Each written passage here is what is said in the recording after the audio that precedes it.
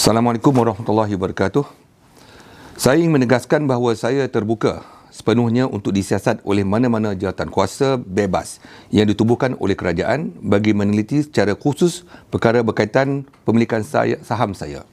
Saya tidak mempunyai apa-apa untuk disembunyikan. Semua penghijrahan kewangan dan harta telah dibuat selaras dengan peraturan perkhidmatan awam yang berkuat kuasa serta melalui saluran rasmi yang ditetapkan sebagaimana yang diwajibkan ke atas setiap penyawat awam. Saya mengalu-alukan sebarang proses yang telus, bebas dan objektif bagi menentukan fakta berasaskan bukti serta mengikut prinsip keadilan dan keluhuran undang-undang. Pendekatan sedemikian penting bukan saja untuk mempertahankan integriti peribadi saya, malah bagi mengekalkan keyakinan rakyat terhadap SPRM sebagai sebuah institusi.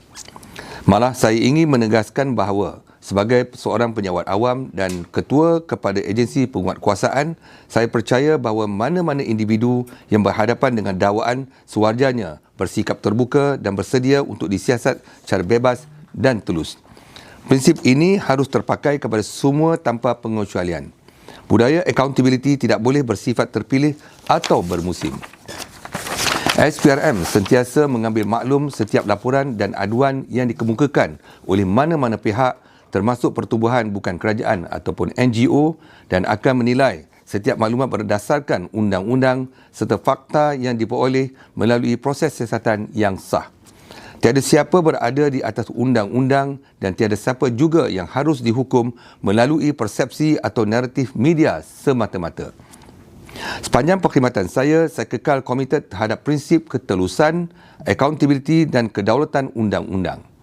Saya akan terus memberikan kerjasama sepenuhnya kepada mana-mana mekanisme yang sah dan ditubuhkan secara wajar bagi meneliti perkara ini. Saya yakin kebenaran akan dapat ditegakkan melalui satu proses yang adil dan juga bebas. Terima kasih.